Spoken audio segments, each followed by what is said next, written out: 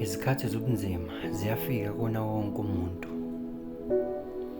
Kube sengathi umhlaba ukujikele, the world is over your shoulders.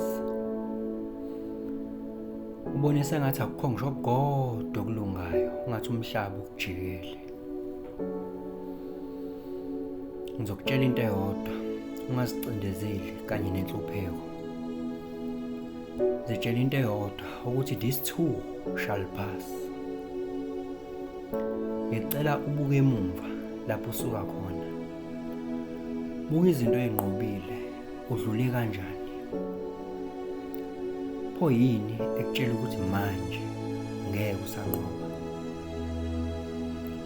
Ave ibalulekile i-self-image nasey'khathini zobunzima.